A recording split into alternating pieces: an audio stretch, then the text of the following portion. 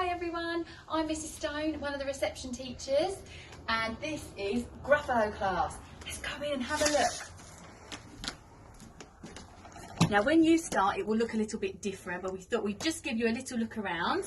So here's where you put your coats and all your belongings, and your names will be up here in September.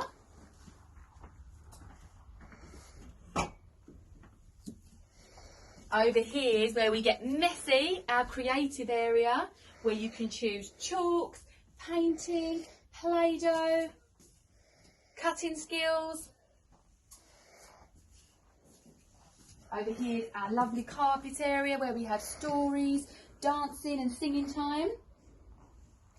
Up here is where some of your amazing learning will go. We've got maths up here, lots of photos, symmetry.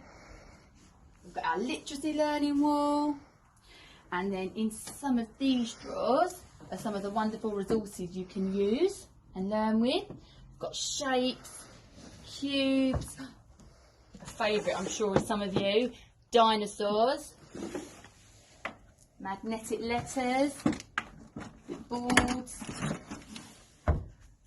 Should we go over here? It's more fun over here. Okay, we've got Lego, magnetic blocks, cars, wooden blocks, the towers, train tracks for you. And over here is our book corner, but Miss Vivian and I have got other ideas for that for September. So here's where you choose a book with a friend. Here's one I found earlier. We have got The Gruffalo's Child, and the author, the person that wrote the words, is Julia Donaldson. The Gruffalo said that no Gruffalo should ever set foot in the deep, dark wood. Why not? Why not? Because if you do, the big bad mouse will be after you. I met him once, said the Gruffalo. I met him a long, long time ago. What does he look like? Tell us, Dad. Is he terribly big and terribly bad? There's the Gruffalo's child. Quite remember, the Gruffalo said, and he thought for a minute and scratched his head. The big bad mouse is terribly strong, and he has a scaly tail that's terribly long. His eyes are like pools of terrible fire, and his terrible whiskers are tougher than wire. They're really strong. One snowy night when the Gruffalo snored, the Gruffalo's child was feeling bored. The Gruffalo's child was feeling brave, so she tiptoed out of the Gruffalo cave. The snow fell fast and the wind blew wild.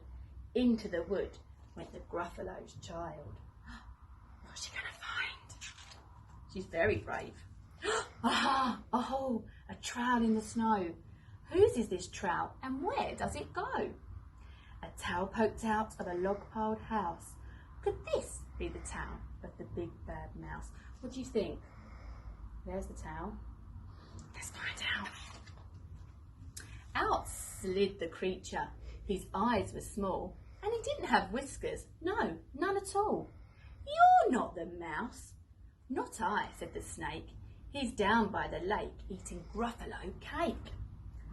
The snow fell fast and the wind blew wild. I'm not scared, said the Gruffalo's child. She's still trying to be brave, isn't she? Aha, a hole, marks in the snow. Whose are these claw marks? Where do they go? Two eyes gleamed out of a treetop house. Could these be the eyes of the big bad mouse? Do you think a mouse would be up there? Let's have a look. Down flew the creature. His tail was short and he didn't have whiskers of any sort. You're not the mouse. Tweet-woo, not I, but he's somewhere nearby eating Gruffalo pie. The snow fell fast and the wind blew wild. What did she say? I'm not scared, said the Gruffalo's child. Aha! A hole, a track in the snow. Can you see? Whose is this track and where does it go? Whiskers at last and an underground house. Could this be the home of the big bad mouse? I'm not sure.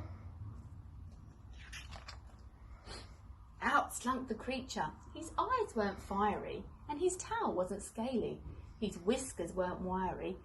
You're not the mouse. Oh no, not me.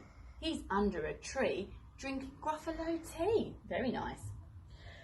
It's all a trick, said the Gruffalo's child, and she sat on a stump where the snow lay piled. I don't believe in the big bad mouse. She's not happy now.